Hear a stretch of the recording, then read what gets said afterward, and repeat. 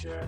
There are no people in the future. No people at all. There are no people in the future. Where did all my people go? There are no people in the future. Let me try my people call. Where are all my people?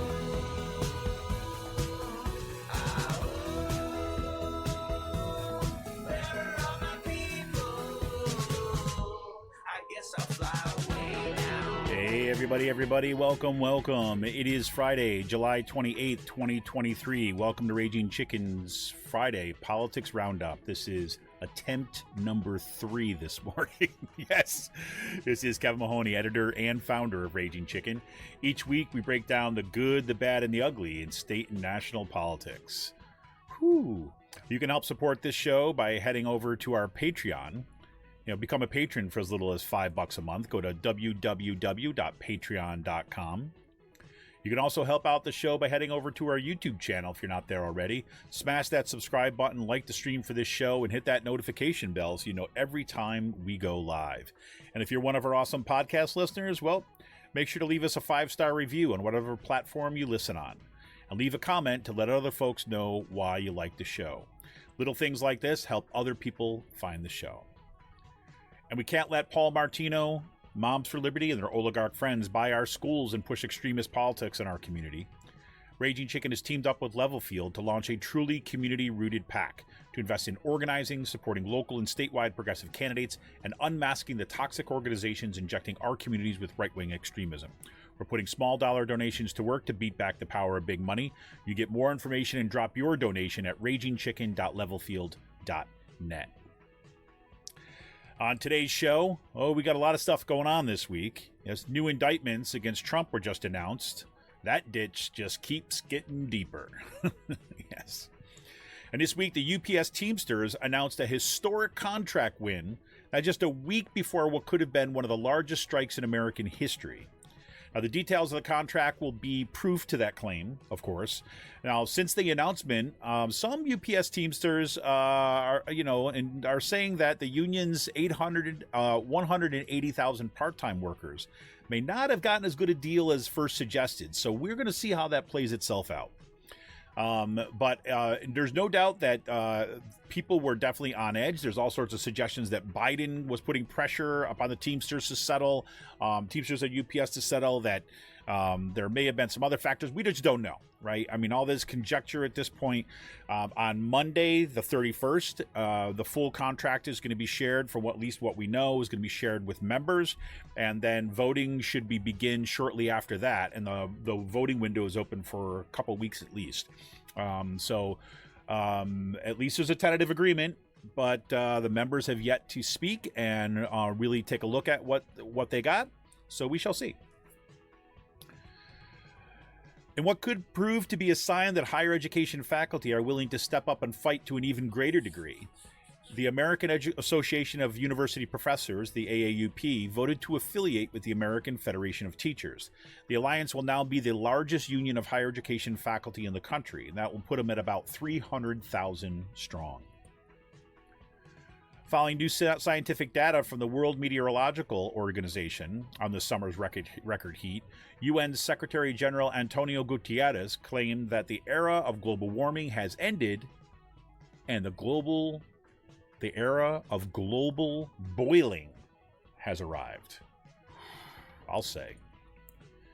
Need any proof? Well, check these out. It's been so hot in Arizona that the state's famous Saguaro cacti are literally collapsing. You know, the ones, the big arms, are literally falling over for the intense heat and lack of water. That's crazy. Ocean temperatures, here's another one. Ocean temperatures around Florida are signaling over 100 degrees, which could be a global record. Now, these are preliminary findings. We'll see if that bears itself out, but there's been record heat in the ocean temperatures all around Florida and through the North Atlantic. And we've also begun to see coral bleaching events beginning around Florida. Scientists are rushing to save some of the coral in hopes to be able to repopulate it when the temperatures drop. But this is a sign of our future. And if you need something else that climate change is giving us to worry about, well, check this one out. More Americans are developing a rare meat allergy, alpha-gal syndrome, which is linked to bites from the Lone Star tick. Now, new data from the CDC finds a steep increase in the cases of alpha-gal. Alpha-gal can give you stomach cramps, diarrhea, hives, shortness of breath that could trigger fatal anaphylaxis, and that's according to the BBC. And of course, as we know, as the temperatures change and they get warmer, populations of all sorts of critters begin to migrate, and one of them is this Lone Star tick. Great. Now, GM and other major auto manufacturers announced that they will be building 30,000 electric vehicle chargers to help build out the electric vehicle charging network across the country, which we'll see. Still, I'd like to see that investment in public transportation, but we'll just, we don't even have time for baby steps anymore, but whatever. We'll take what we can get, I guess. Now, our Republican politicians and media personalities make it seem as though parents across the country are just up in arms about their public schools. Well, it turns out about 80% of parents responding to a new Gallup poll said they are somewhat or completely satisfied with their child's school. That confirms what a string of other polls told us that during the pandemic, right? That parents are generally really satisfied with their local schools. Where's the gap? Well, between that kind of national picture and the ideological and propaganda that we get on kind of like in like Fox News, right-wing media and so on, versus what's happening in people's backyards, right? So we talk about other people's schools or the nation's schools, then people have problems. We talk about their own schools. Oh no, they're great, right? Pretty crazy. And Mitch McConnell suffered a medical incident in the middle of a press conference. The party line is that he's fine. But no information about what actually happened was released. And it was a little creepy, I got to say. It was the kind of thing where, he was starting this press conference, start with the middle of a sentence, and his mouth just kind of closed tight, and he stared off in the distance. It was kind of freaky. My first thought was the guy probably had a stroke. But, I'm not a medical personnel at all, so, don't take that from me. It's a little strange that nobody's releasing anything, especially since the huge uproar against John Fetterman and other, all the medical ailments of anybody else in Congress that happens to be a Democrat. But it turns out once a Republican, then, other Democrats and generally the kind of the public is fairly, expresses like concern, right? Or hope that he's okay, right? Even if we fundamentally disagree with the guy, politically. But, no right-wing grifters are out there kind of like calling for Mitch McConnell to step down and some sort of Chinese communist kind of conspiracy that Mitch McConnell is a robot. None of that, right? So crazy. Yeah, Amy said early stages of dementia. Yeah, that's I've seen some people kind of be thinking about that too as well. I mean, that could be what's going on. We shall see. And Central Bucks School Board voted to give their superintendent, Dr. Abram Lukabaugh, an $86,000 raise and a New Year five-year contract. Yep, that's a 40% raise. I love a 40% raise. Would you like a 40% raise? He'd like a 40% raise. Yep, that's after, of course, Lukabaugh joined the board's new right-wing majority, right? To ban books, institute anti-LGBTQ policies, and so much more. He will now be one of the highest paid public school administrators in Pennsylvania. And right down the road, the Penridge School District, their board members are enraged, some of them at least, over secret curriculum meetings between Vermilion Education's Jordan Adams and select members of the board, right? Now, Christine Baticki, she used to be one of the darlings of the far right, used to be kind of like one of the kind of, I guess, Red Wizard apprentices. Well, she's apparently on the outs now because she's talking publicly about the fact that she just found out by happenstance that Jordan Blomgren and Megan Bannis Clemens were meeting secretly with Adams to discuss the direction of the curriculum. All right, that's despite Christine Baticki being on the curriculum committee, right? Transparency is what they say. And this past weekend, Barbie broke box office records as the right wing lost its collective mind. Again. Oh, God. And my heart broke a little bit. Sinead O'Connor died at the age of 56. I spent a little time listening to her stuff and was flooded with the memories, what that music meant in my life and when it came in and of all that. And I got to see, just came across a really passionate tribute to Sinead O'Connor, written by Morrissey. And in that, he also condemns the music industry for how they treated her. I mean, there was a story, for example, it's not what he told, but this was in one of the articles, I think in The Guardian, it was, talking about some of the history with her. Is like, we're talking about, how she shaved her head, and that dates back, apparently, as the story goes, to a time early on in her career, when one of her producers or someone in the industry or manager, something like this, said that she needs to be more girly, or her hair needs to be more girly, and her response to that was to shave her head. And that pretty much shows you it was like one of these windows into her life. We'll get to that and more today. For more PA Progressive Talk, tune into the Rick Smith Show's live stream at 9 p.m. Eastern. Check out his YouTube channel, Twitter, or Facebook, wherever you get your streams, and subscribe to his podcast, wherever you get your podcast. Check out thericksmithshow.com for the latest across all his platforms. And you got to check out the Sisters of the Night Caucus podcast. The amazing PA women stirring the political cauldron behind this podcast rock the house. And they know where the bodies are buried. Make sure to follow them on Twitter at the Night Caucus. That's at the Night Caucus on Twitter. And subscribe to their podcast on Anchor, Spotify, iTunes, wherever you get your podcast. And if you haven't heard, The Signal is a new podcast by the Bucks County Beacon. The Signal is hosted by the Beacon's editor-in-chief, Cyril Michaleko, and produced by yours truly.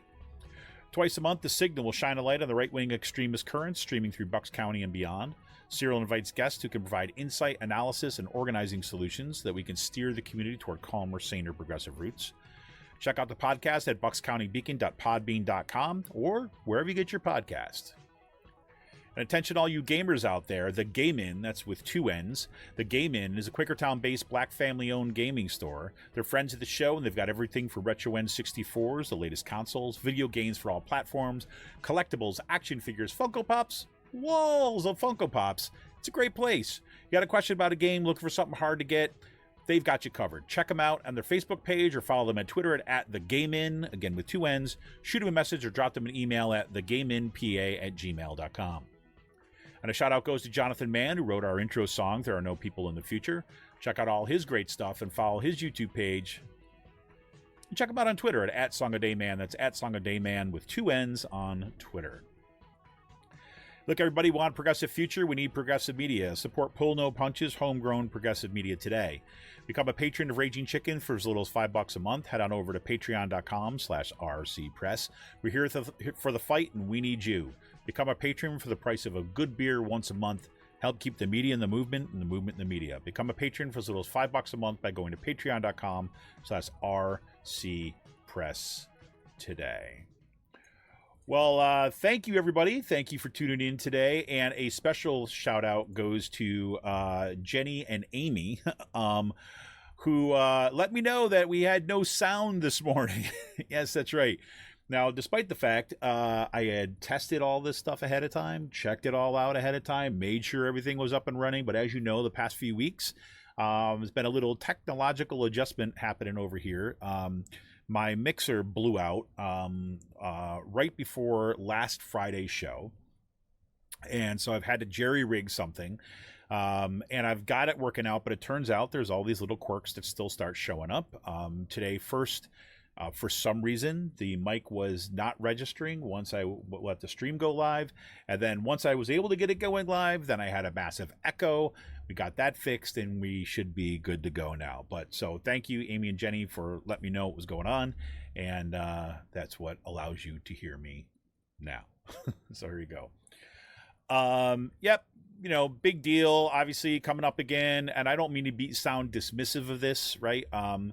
That's not my intention. But as you know, if you listen to this podcast, you know that everything that's happening with Trump right now, right? That's in the hands of the courts, right? There's the hands thing there, and there's not a whole lot I can do about it, right? There's not a whole lot of, say, organizing that we can do about this, right? We can write letters, we could say, but it's in court, it's in court right now.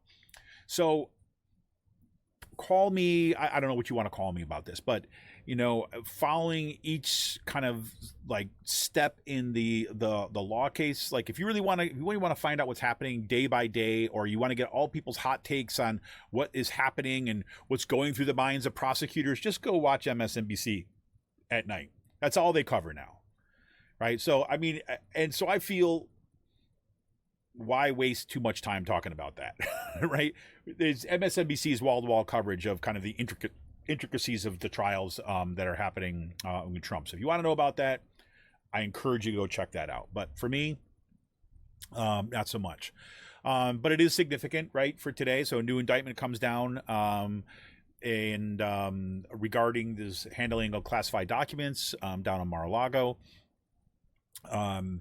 And it looks like now there's been at least two, I believe, other employees who have also been, let's see, were also charged on Thursday. At least maybe that's just one.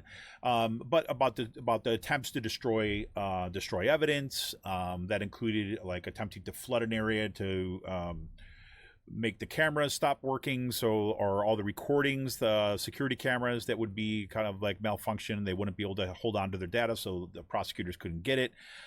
There's also apparently the concern about with that, want to get rid of the footage, is because not only would it basically show that Trump actually had the documents, but to see who had access to them, right? Because people could walk back and forth and see who's there. Oh, look, they're on camera. They're going in there checking out the documents, right? That's not Trump. That's like, who's that? We never saw. So, so we shall see. We shall see. So now I'll just say this. The indictment laid out what federal authorities say was a scheme to obstruct in the ongoing investigation. Trump was very focused on not allowing officials to get their hands on his boxes, it indicates. These are from court documents. They said, quote, "I don't want anybody looking. I don't want anybody looking through my boxes. I really don't," Trump told his lawyer in May 2022, according to the indictment. Quote, "What happens if we just don't respond at all, or we don't play ball with them? Wouldn't it be better if we just told them we don't have anything here?" Unquote. And it kind of goes on, right? I mean, it's the same old stuff that you can say. The man's a horrible human being. And he's clearly broken all sorts of laws, has his entire life. And now maybe he'll face some justice, but we shall see. I mean, I have very, little trust in the justice system when it comes to rich people. Okay. Never mind Donald Trump. The fact that he's rich, that's what is ultimately going to matter, right? The fact that, do we prosecute criminals at the highest level, right? And it's only when they're quasi official, right? Yeah, sure, we're going to go after, people go after like, mob bosses, right? Because, they're outside the acceptable kind of capitalist accumulation scheme, right? But, if you're playing roughly within the rules of the capitalist ball game, right? Guess what? You got to get out of jail free card pretty much sticking in your pocket, right? It's like wired in or kind of sewn into all your clothing, right? All your Armani, Gucci stuff, right? So, right. Yes, but that's how, the American judicial system works, right? As every once in a while, you do prosecute a rich person so everybody can point to them and say, see, no, there's equal justice under the law. But the vast majority of people know that that's not the way it works. So the fact that Trump was a former president, and this is unprecedented in terms of the charges, in terms of the trial, I just think that points to my own skepticism or cynicism, if you will, about that he's actually going to face justice for what he's done. Now, I hope to God I'm wrong, right? I hope he goes to jail for a long, long time. But whatever. So that's that. So now this week, the big news at the beginning of the week, of course, was that the Teamsters announced that they had reached a historic, what they called a historic tentative agreement for the workers at UPS. Right now, that originally came out, and it was, a cause for celebration. I mean, based upon, I went in, I kind of looked at the actual announcement, looked at the details that they put out, and it truly did look like it was a historic contract. They said, look, this is a historic contract. We won gains for all of our workers. We fought against the two-tiered system of employment, and there were no concessions, right? That was the way it was put forward. And I was like, damn, that's great. Because you remember, just on this past Monday, we had Alexandra Bradbury on the show from Labor Notes. She's the editor of Labor Notes. She was on the show talking about the history of organizing, like the past several decades of kind of member-to-member, rank-and-file organizing to change the direction of teachers and making a fighting union once again, right? Away from the behind-the-scenes, kind of closed doors, boss-run union into a true powerhouse of worker organization. And so, I mean, and there's no doubt about it. There's been a seismic shift in the Teamsters, right? And one of the key claims that was coming out of the organizing, one of the reasons why there was potentially going to be a strike is they were fighting against a two-tiered system, right? In other words, that you've got your regular employees and then you've got part-timers, you've got second-class citizens, or you've got, all this, and the majority of the workers in that contract, the full-time ones and so on like this, are the ones who get the most benefits, while the part-timers generally get the shaft, right? That's the way that two-tier contracts work. I mean, my own union, ABSCUF, has fought against that. It's one of the reasons we went on strike, probably one of the main reasons we went on strike in 2016. Was over the administration's Pashi's attempts to create a two-tier system that we would kind of, divide and conquer move. That's what UPS has been doing for quite some time. That the last contract, as Alexander Bradbury talked about on Monday, the last Teamsters contract for UPS was voted down by the membership, but the leadership of the union at that time, Hoffa and his people, right? They basically found a loophole in some of their policies and bylaws that allowed them to institute the contract. So in other words, against the wishes of their members, right, the leadership of the Teamsters imposed the contract that they had agreed to, the tentative agreement that they had agreed to with the bosses, right, with the management. So that was one of the things that fueled Hoffa getting voted out. Right, Sean O'Brien,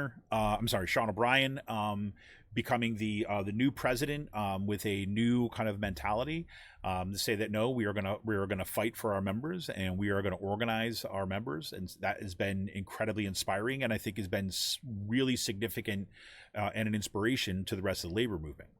Now, since that contract, since it has announced that contract, there has been some indications of some disenchantment from the part-time workers left in the deal.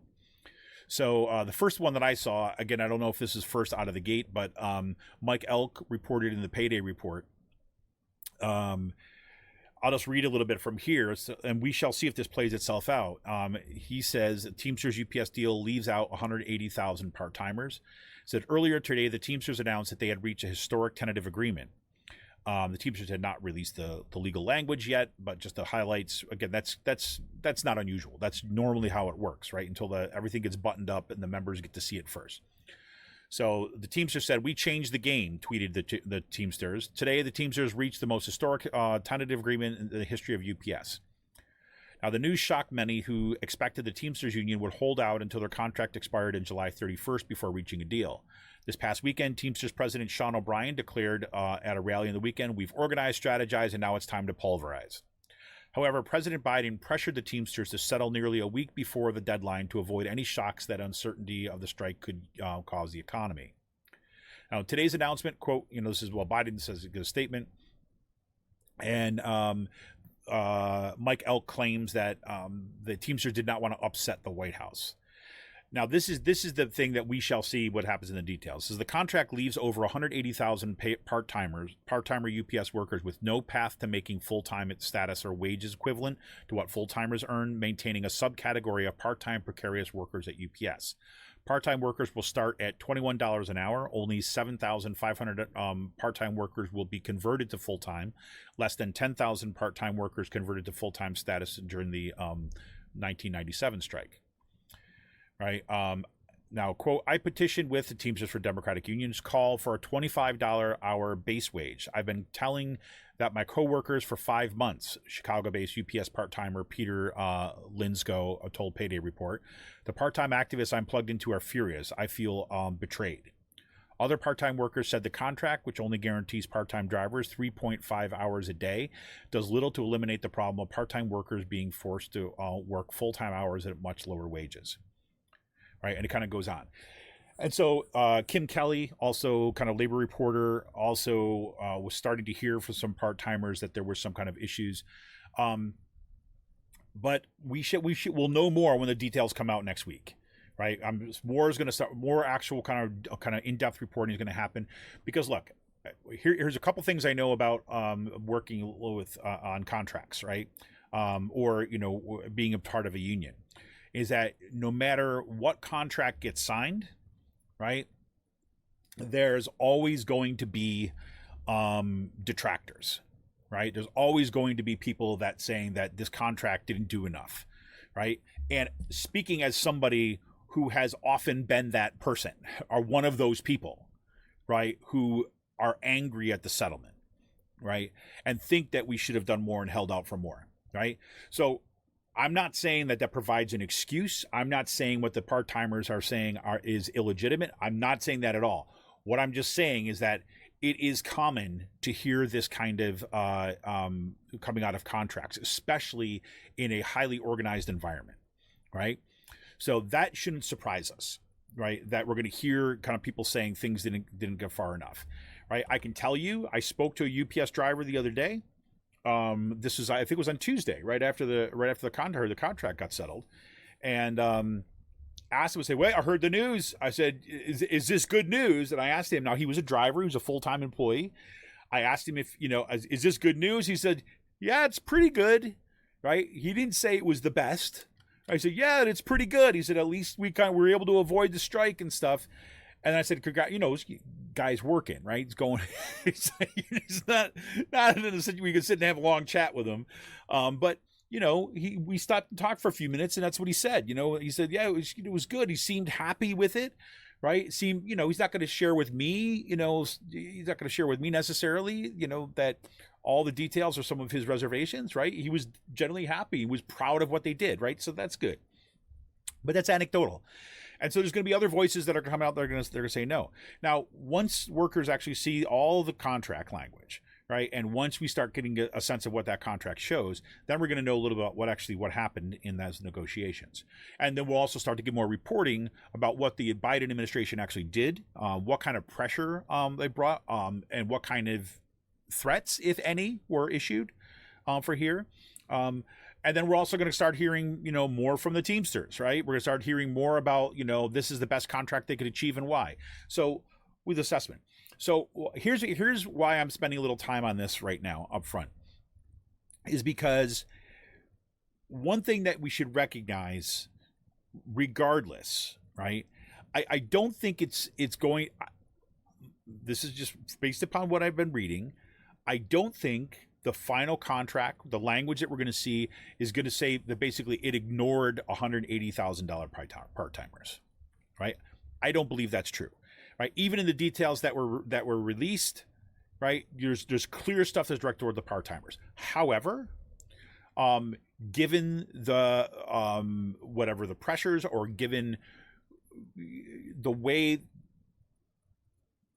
negotiations work, right? It could very well be true that the part-timers, that, the thing that was given up in the negotiation was the hard line of a part-timer, the solidarity between full-timers and part-timers, right? That somebody on the negotiation team was convinced, or people on the negotiation team were convinced that, yes, there were enough people, or that they got some increases, and this is a step in the right direction. You always start hearing this kind of language, right?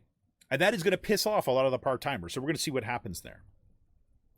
But we should recognize the amazing amount of organizing that went into this, right? My biggest concern coming out of this, right, and reason why I think like, look at this, right? Hear what the workers actually have to say, not what commentators have to say. Hear where they are, and I'm talking part-timers, full-timers across this stuff, so we kind of see what happened in the contract, certainly.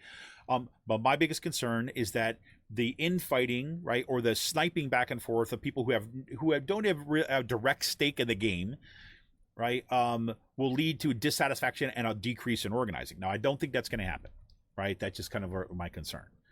Because what UPS did, right, the fact that they were out there and they were ready to strike, right, and the fact that we saw a nationwide focus on what was happening among the Teamsters and the organizing that was happening in there bolstered what was happening in the labor movement, right? As much as it drew energy from the organizing that's going on, it also gave that energy back in saying that we are ready to do this.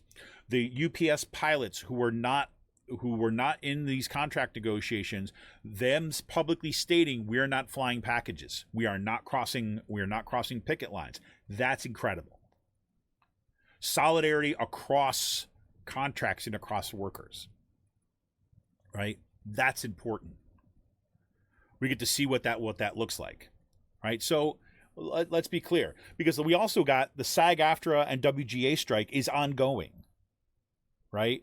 And we also have, that's a huge sector, right, of the American economy as well. Different kind of work, but nonetheless it is work, right? And they're fighting for some of the exact same issues that were on the table with this UPS strike.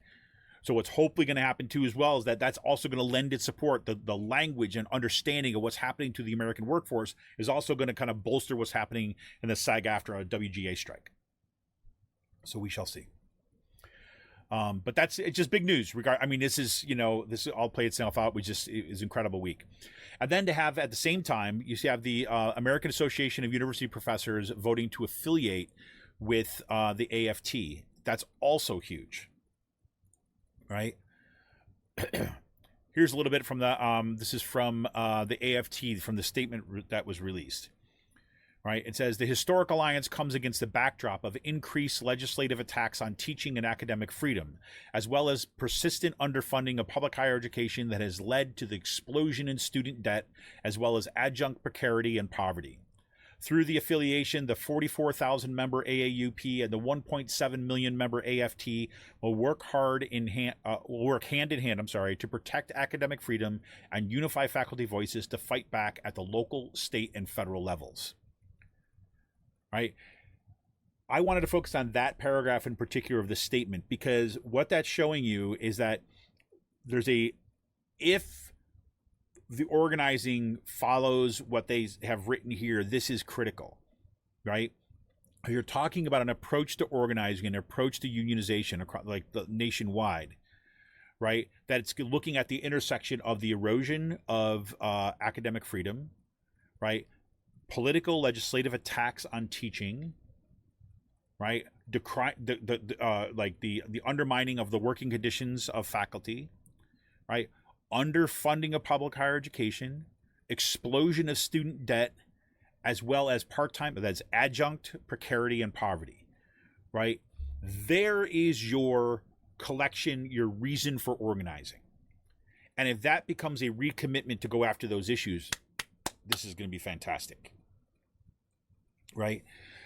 I especially think this is going to be good for the AAUP, right? In part because the AAUP has their history, but AAUP's history is initially as kind of this association, right? It's an association, and there were some chapters of the AAUP which just they had members, but they were kind of like, more.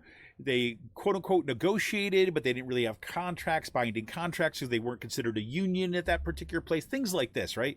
So it had this kind of like, and this has been changing over the years, certainly, but it had for a long time this kind of this reputation, right, of being stuck between, are we professionals, right, or like, are we kind of like, like doctors, professionals, or are we workers, right? This kind of back and forth, and it's just that's such a messed up mentality, right? It has more to do with like academia's like sense of their own self-importance in some ways, right? To think that we're so fundamentally different than all these other people, right? And just a different kind of work. Just, get over yourselves, right? It's the kind of thing.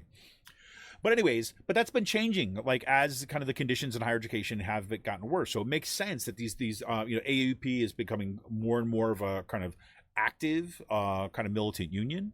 And the AFT is actually starting to respond to things, right? AFT, like many kind of big unions, has also, grew a little complacent there for a while, but its internal organizing by members, right? Wildcat strikes and things like this have helped revitalize EFT. So we shall see where this goes. But I think that's ultimately a positive step forward when it comes to what's happening, at least in higher ed. So we have in that too. Bunch of stuff that I listed at the beginning of here. Now, again, we don't need to go into an immense amount of detail here, but yes, the fact that UN Secretary Antonio Guterres talks about the era of global boiling has arrived, it's well put. Now, I saw some people sniping today on Twitter and things like this, like, well, look, no matter how many times we change the name of it, it still doesn't matter. And I get that, right? Totally hear it, right? Certainly has been the case, but that doesn't change the truth of what he's saying. I mean, I think our language has to respond to the crisis, right? I mean, we can't just keep on calling it like. Should we just call it if it doesn't matter what we call things, then okay, then let's just call it global shift or something like this. No. I have to find some way of registering the crisis, right, in language. So the area of global boiling, has arrived, I think is pretty apt, especially as we saw these record temperatures happen in the ocean off the coast of Florida. 100 degrees, that's like hot tub temperature. And frankly, there's just, species, right? Coral, as one example, can't survive in that, right? I mean, and the fact that you've got the arms of the giant cactuses in Arizona falling off because it's too hot for cacti? Are you freaking kidding me? And there has been so little rain that the cacti, the ones who don't need a lot of rain, that the cacti are withering and falling apart, collapsing.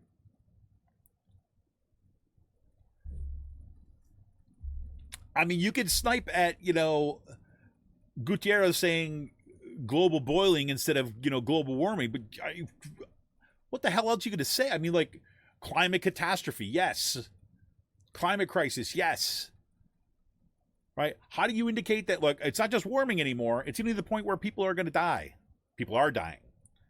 People are falling over, right? They trip, they fall on the concrete or fall on the asphalt, and they're getting third-degree burns. It's so hot. And we're going to get a tiny taste of this in the Northeast this weekend, right? Temperature's supposed to go into the 90s. We're going to have heat index of over 103. But, yeah, that's because of the humidity. But that's nowhere near. 3 weeks straight, more than 3 weeks straight, of temperatures over 110 in Phoenix.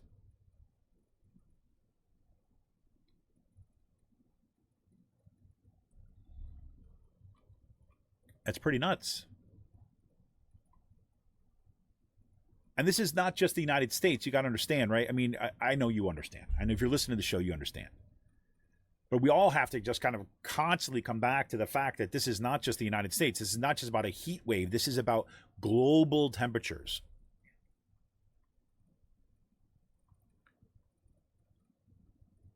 And that it's about the burning of fossil fuels. As Guterres said, he said, humanity is in the hot seat. For vast parts of North America, Asia, and Europe, it is a cruel summer. For the entire planet, it is a disaster. And for scientists, it is unequivocal. Humans are to blame. All this is entirely consistent with predictions and repeated warnings. The only surprise is the speed of the change.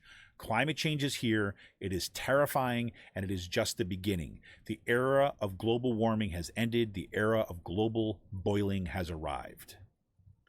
Guterres urged politicians to take swift action. Quote, the air is unbreathable, the heat is unbearable, and the level of fossil fuel profits and climate inaction is unacceptable. Leaders must lead. No more hesitancy, no more excuses, no more waiting for others to move fast. There is simply no more time for that. And, I don't know how else you put it, right? I mean, anybody here, been saying this, I know that, look, we got some major actions that are coming up by the PA Climate Convergence here. Karen Ferdin and the folks for Burke's Gas Truth, we're going to have them on pretty soon again, as promised, right? When she was on the show last time, we said, okay, we'll bring it back on later in the summer when we start getting closer to this. And I think that this is probably a good time for it. Remind us, we should be there for the Climate Convergence in Harrisburg for there. So we'll get details on that coming up. Maybe I'll see if I didn't mention this at the top of the show, but we have I had a couple, again, it's one of these weeks. I have a few irons in the fire for looking for guests for Monday. But maybe I'll reach out to Karen too as well. See, maybe we get her on Monday. Given this new report, I think that would be a good fit. I could postpone some others at a different time, but whatever. So yeah, there we have it. Now this week we also saw that GM and other automakers are going to build 30,000 electric vehicle chargers. The companies, which include, BMW Group, General Motors, Honda, Hyundai, Kia, Mercedes-Benz Group, and Stellantis. They will initially invest at least $1 billion in a joint venture that will build 30,000 charging ports on major highways and other locations in the United States and Canada. The United States and Canada have about 36,000 fast chargers, and those that can replenish a drained battery in 30 minutes or less. In some sparsely populated areas, such chargers can be hundreds of miles apart, and surveys show that fear about not being able to find a charger during longer journeys is a major reason that car buyers are reluctant to buy electric vehicles, and this is coming from the report in the New York Times.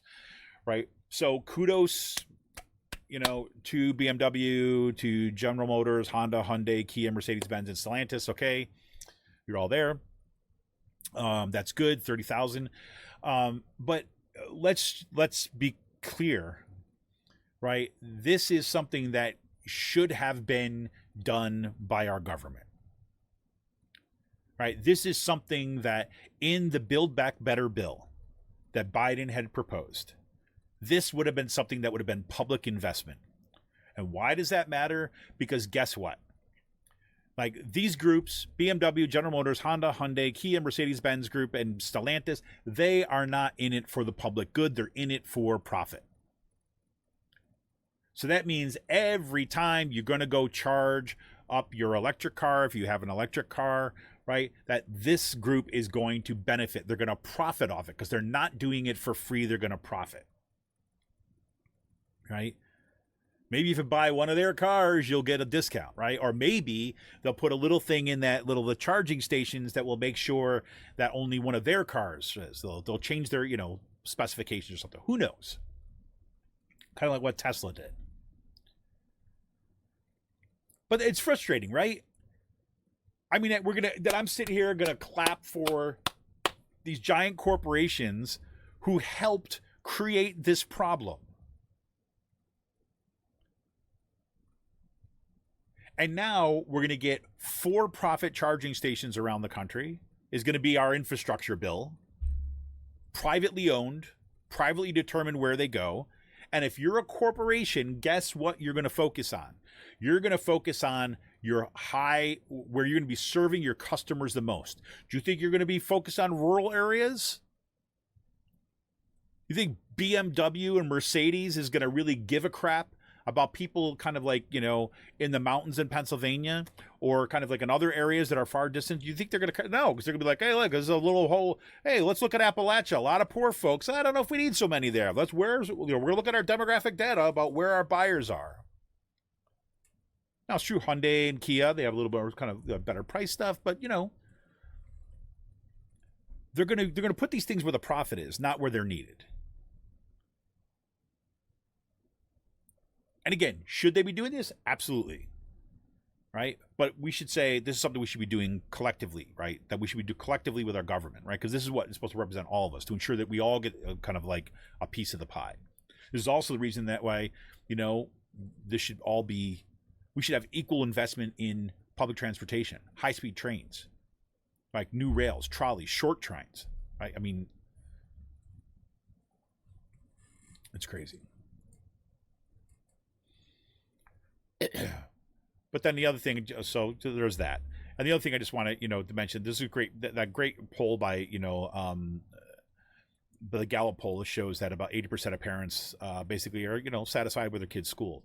This is what I mean by when I said at the top of the show, the gap between like the real world and actual schools versus the ideological, the ideological construction of it. I was like, look, when people are plugged in, it's really interesting. You talk to parents, right? And there's, I mean, I live in an area where it's, it's mostly Republican, like majority Republican, but, a lot of the parents you talk to, they're concerned about their schools, right? But if you ask them about their schools, right, talk to all these folks, these parents that went to my kids' schools, and you sit around different events, you talk about things like this, they love the school. All right, in the Penridge School District, right? They love the school. Talk about, oh man, these teachers are amazing, right? The principal's amazing. The aides are fantastic. They have those great events. We love it. We love it. We love it. Right? You hear them rave about like the education they get and the teachers at the high school and the middle school, like all this kind of stuff, right? And yet, the minute you start putting it in a political frame, you've got these crazies on our school board who are out there talking about like, pedophiles and grooming and all this other kind of stuff.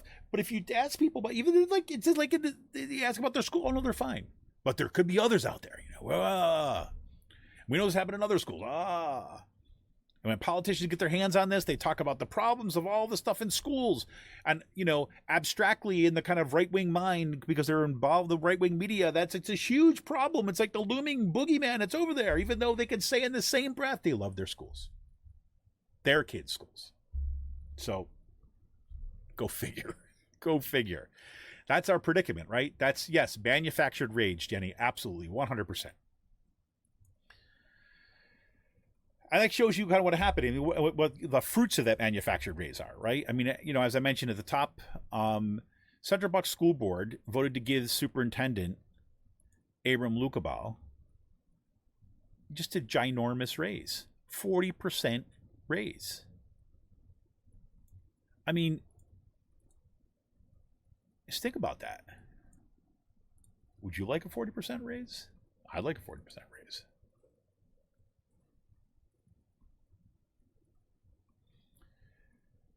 Now, what's incredible about this, right, is that, there's been some really good reporting about this. I want to pull over here for really good reporting about this, about that meeting, right, is that, there were a lot of parents who were at that meeting when the school board was voting on it, who were basically saying, like, look, we could say that there's reasons that he should get a raise, that, maybe that we could make an argument that he should get a raise, but a 40% raise, that it's crazy. The problem, of course, is that, one of the reasons why he's getting such a reward is he's shown that he is willing to go along with the extreme measures that the board has been taking, with the book banning, right? With all this. And, I read this one article like about kind of what went on, and like if I hadn't gone on, this is the thing, right? This is why, like, for example, the Bucks County Beacon is such an incredible institution. I'm so thankful that we have the Bucks County Beacon now, right? Because I was reading this other article about it, and so like, a board member said this is the reason why we should give him a raise, and there were this reasons for it, and maybe it was a little bit much, but they all, and it just made it seem like, okay, there was just like this conversation happened. Right? There was virtually no mention of the fact that multiple people came forward and spoke about the problems of this contract.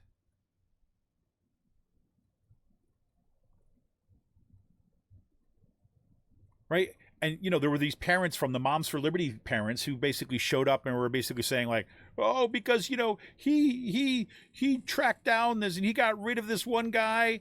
He got rid of this one guy because of his he was sexually abusing like another, and that's true. He did, right? However, he only did that because the person who was subjected to that, or people, I should say, Jackson Manning and Anna Shea Saffron, right? Jackson Manning in particular is because he was speaking out against what happened to him.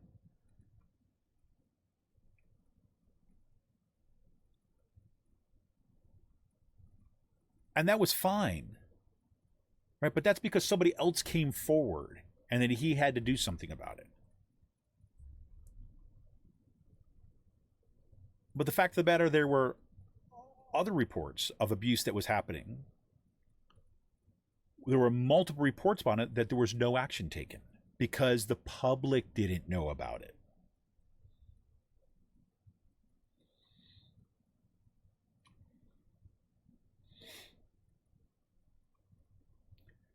So I'm not sure what out there. I mean, the board member, again, it's breaking down as this is kind of like team sports stuff now, right? Team Republican is going to kind of, reward their lapdog. Well, he's more than a lapdog, actually. He's a willing participant in their agenda, in their kind of, all the culture war stuff. He's willing to do that. That's really why he's getting the raise.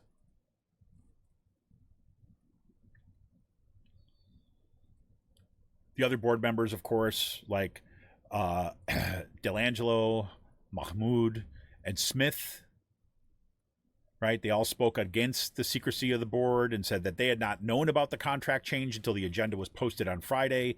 So they were not even consulted in this. Again, this is the majority going about and doing what they want and rewarding their people.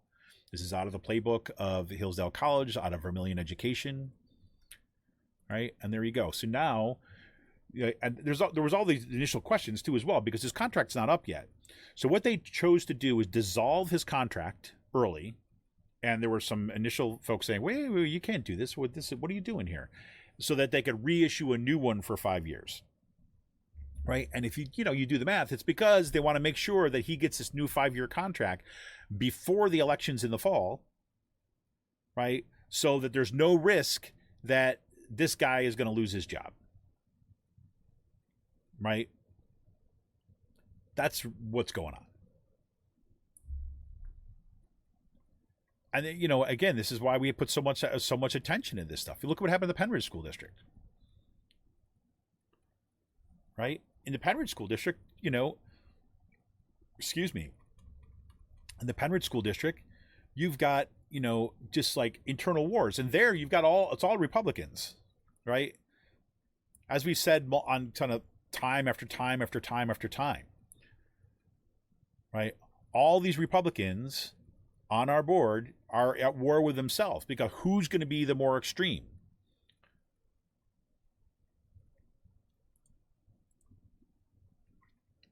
And as we have said again and again and again, right? Really, there's not a big distance between the majority and minority on the board. Right, with maybe the exception of Ron Wirtz. Maybe he's the one that there's actually kind of significant difference in terms of ideology. The main difference has been over, say, personality, number one, or number two, the way that you do things. Right.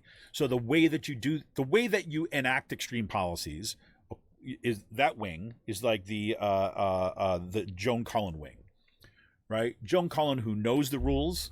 Joan Cullen, who knows how to work that system. She knows the way that the structure works. She knows the bylaws. She knows the laws, right? So she enacts just as extreme policies and has been there to enact just as extreme policies, but she forces them through by, being pretty somewhat above board about what the changes are going to be, right? She meets her deadlines. That's what I mean, right? So you need to announce something, you announce in plenty of time coming forward. right? And when people object to it, you go like, I don't understand what the problem is, right? She has a much more sophisticated political understanding of how you enact extreme policies. Whereas you have Megan Bannis Clemens, Jordan Blomgren, they're just burn the crap to the ground. They're like, we are going to force our stuff through now while we have the time. There is an urgency, and there is kind of, this is the time. And this is what they say, this is the time. This is our moment. So we are going to transform our little school district, right, into like a Christian nationalist associated site with a public dollar. It's just freaking nuts. But it was just reported this week. This is from the Bucks County Herald. I'll just read a little bit for you so you know what's going on. Penridge School Board member Christine Baticki says that she learned, quote, by happenstance Friday morning that curriculum consultant Jordan Adams would be meeting later that day with 2 other school directors. Baticki, a member of the board's curriculum committee, would have liked to sit in on the meetings to gain a better understanding of how Adams' recommendations for reviewing and rewriting curriculum have progressed since he landed a controversial last-minute $125 an hour contract in April, despite what critics said was limited experience. Of particular interest is the 9th grade social studies curriculum, which is being rewritten after the board dropped the high school graduation requirement for social studies from 4 credits to 3. But Baticki couldn't get anyone to tell her where or when the meeting would take place, whether Adams was there in person or over Zoom. Quote, it's like this big secret, unquote, Baticki said. That's why they're not telling us. They don't want us there. Baticki said she emailed Adams the next day to ask for his notes for the meeting. She said she had previously been told, quote, any board member could email him and he would be happy to respond to questions, unquote. Instead, Adams declined to tell Baticki what was discussed at the meeting. In an emailed response, he referred Baticki to either Curriculum Committee Chair Jordan Blomgren or Board Vice President Megan Bannis Clemens, both who attended the meeting, for that information. Adams said that his company, Vermilion Education, quote, abides by all public meeting laws, and I don't believe it is my place to share the comments of specific board members, unquote. Adams did, however, include a copy of his progress report dated July 25th, covering consulting activities for the previous month. The 1-page, 4-paragraph report said, quote, Vermilion is continuing the process of drafting and revising recommendations and model curricula for district considerations in 7th and 8th grade analysis of fiction and nonfiction, reading, English language arts, and social studies grades 1 through 5 and grades 9. Furthermore, district staff and I have discussed areas in which curricular recommendations may be strengthened in the curriculum, blah, blah, blah. This is just gobbledygook. The guy is putting gobbledygook forward just to say what it is. This is $125 an hour, secret meetings, rewriting the curriculum, and a 1-page report on what's being spent. School is starting in about a month, and they do not have a social studies curriculum yet because this school board tanked the curriculum. You got to be freaking kidding me.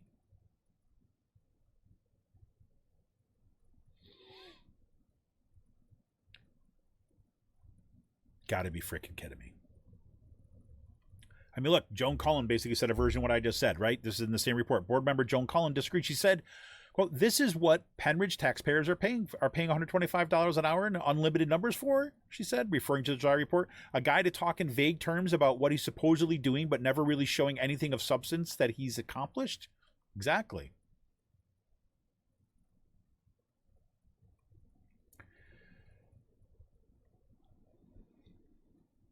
So Cullen even said, look, I have no idea what our 9th graders are going to be learning when they walk in the door at the end of August, she said. It's a tall order for teachers to deliver a curriculum that they've never seen.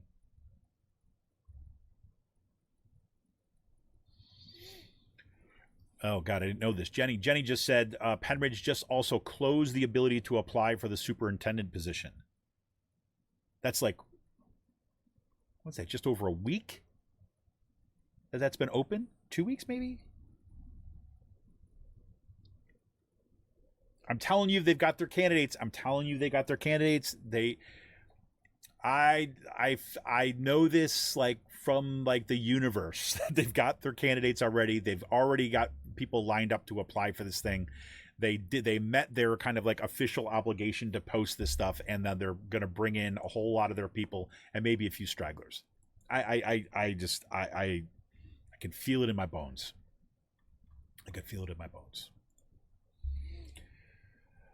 Oh God. Well, so we'll see. You know, the end of the summer.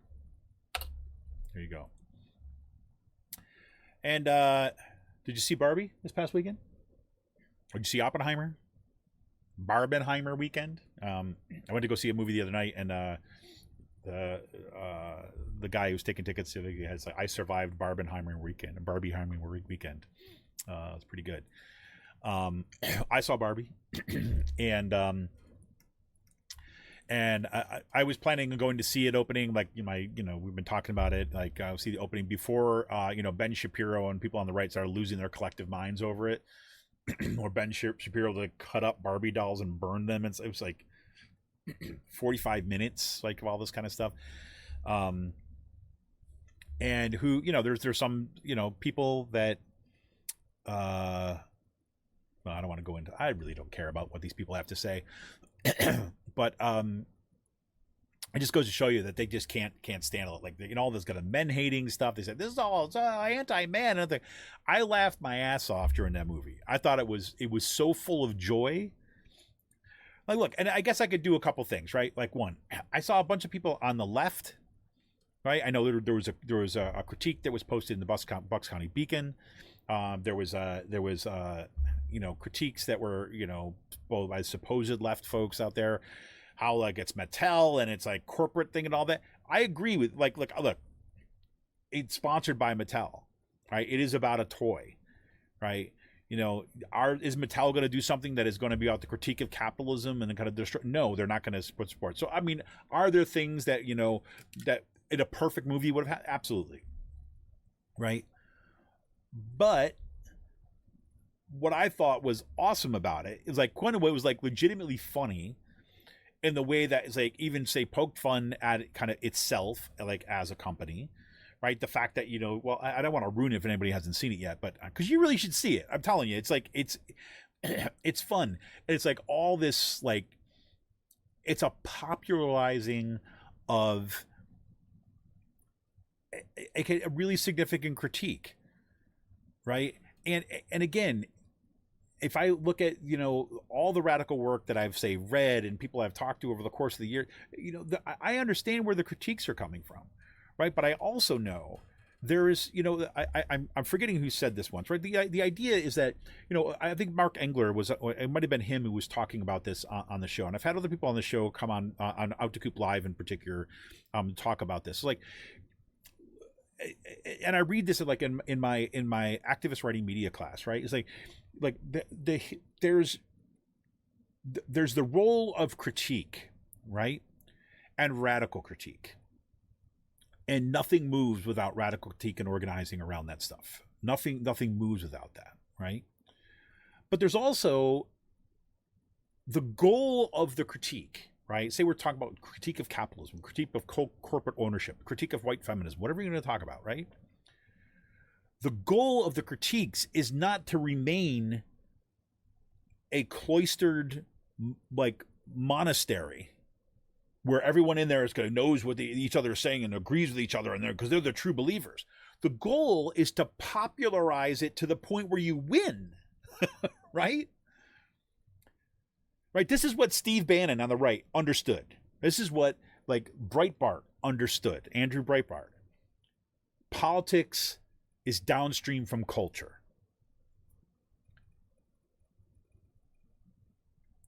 And ultimately what they were talking about with that, and this is true in a lot of social movement theory too, is like look, the goal, like, yes, politics is the organizing to challenge these particular things and to kind of like win a majority within these particular spaces, right? But the shifts happen because not just because you engaged in ideological critique, the shifts happen because you've engaged in popular organizing.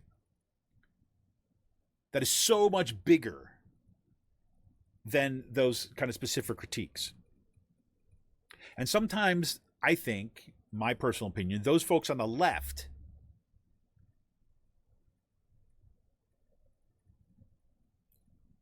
forget that process of movement, right? Forget that the goal is to win as opposed to purity. And like when you're in the opposition, and this is one thing that I just think is, I don't know, maybe it's because whatever, I've been thinking about this for a long time in my life, right? I mean, there was a time when I was much younger, right, where I could sit there and like say, I want everyone to live like this, right? And this is the right way, and this is how we meet everybody's needs and all that other kind of stuff. But so what am I going to do? Impose that on other? That's like messed up, right? This was always my problem with like vanguardism, right? The idea that you have some enlightened elite take things over and do that. No, that doesn't work. Because the world is messy. Human beings are much more messy than that, right? This is why I always, I think Gramsci always had a really good handle on this stuff. Michael Brooks, whose anniversary of his passing was just this past week. He was the co-host of Majority Report. He wrote a bunch of stuff. He was so good about this stuff, right? Michael Brooks was always one that said, look, you want to win, right? You want to move things forward. Right, that doesn't mean the critique stops, right? Just like we talked about with the UPS strike, right? Like, I mean, perfection is not the same thing as winning, right? Perfection is that horizon that we constantly walk towards, right? Democracy, deep democracy, is the one that we constantly walk towards. And there's always going to be new problems that come up. So, anyways, that's a long way of saying what I saw, what was so joyful about Barbie for me, right, was that this was in the public. This smashed box office records. And they were talking overtly about patriarchy as a system. And it was funny. They deploy all the stuff, right? You've got to flip the scripts, right? What would it look like if you turned everything around and like men were in women's place and women were in men's place, or that kind of stuff. But then you get to see all that played off each other. I thought that was great. And there were like men and women and kids in the theater, packed theater, laughing so hard. And unlike some of the critiques I've seen on the left, right, from the left, right, is that those people who were laughing so hard weren't then motivated to go out and buy Barbies. They weren't there just as a marketing pitch to go buy more Barbies. It was the story, right? It was that sense of this ideological moment. So I don't know. So I loved it. I just thought it was, I would go see it. I'll see it in a second. And look, the right is going to freak out about any of something. Anytime you want to talk about kind of systems, you want to talk about something that's systemic, liberals kind of freak out about this stuff too as well, right? When you talk about systems, systemic stuff, instead of just talking about individual, responsibility, once you start doing that, the right's going to freak out, especially if it kind of jeopardizes the role of the white guy. Right? If it jeopardizes the role of kind of white supremacy, they're going to all freak out. Right? So that should be expected. I thought what the funny thing was the degree, right? The amount of kind of freak out there was just hilarious. So whatever. Here. But I'll end today on a little bit more of a somber note. Sinead O'Connor died at the age of 56 this week. And she was just amazing. I was sharing with my kids some of the music of hers that meant the most to me. I still think one of my favorite songs, and I was listening to a bunch of stuff. Still, my favorite song of hers is "Emperor's New Clothes." I love the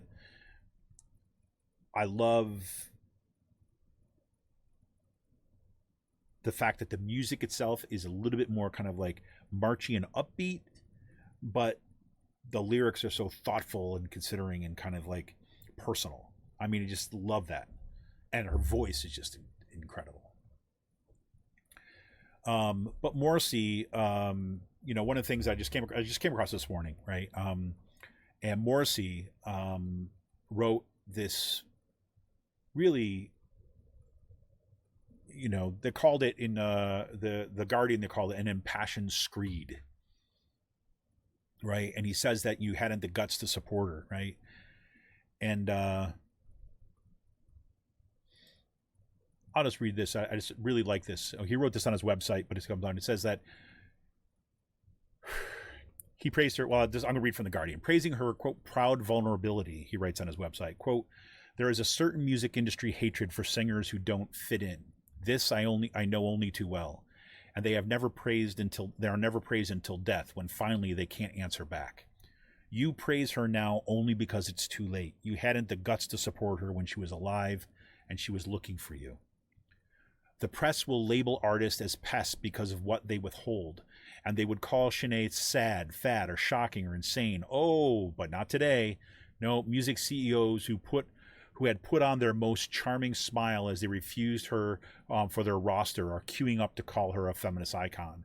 And 15-minute celebrities and goblins from hell and record labels of artificially aroused diversity are squeezing onto Twitter to Twitter their jibber-jabber when it was you who talked Sinead into giving up because she refused to be labeled and she was degraded. And those few who move the world are always degraded. And he goes on to kind of praise her and puts her in the similar to Judy Garland and Whitney Houston, Amy Winehouse and Marilyn Monroe and Billie Holiday.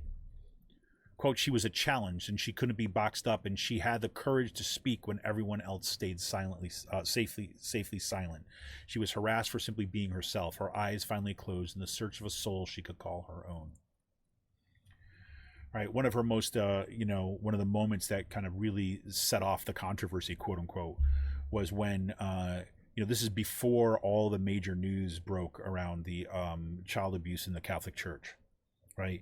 But more and more people were beginning to speak out, right? The major reports hadn't broken yet, but, and she knew it, right? And she knew activists and she knew that kind of stuff. And so she went on Saturday Night Live and sang a version of Bob Marley's War, right? Everywhere there's war in the East, war in the West. And at the end of that, right, famously at the end, everywhere there's war. And then she stops, she pulls out a picture of the Pope and says, tears up, that he said, fight the real enemies, not the war, fight the real enemies, the people who are abusing kids. And for that, she was banned from American television for quite some time. So, rest in power, Sinead O'Connor.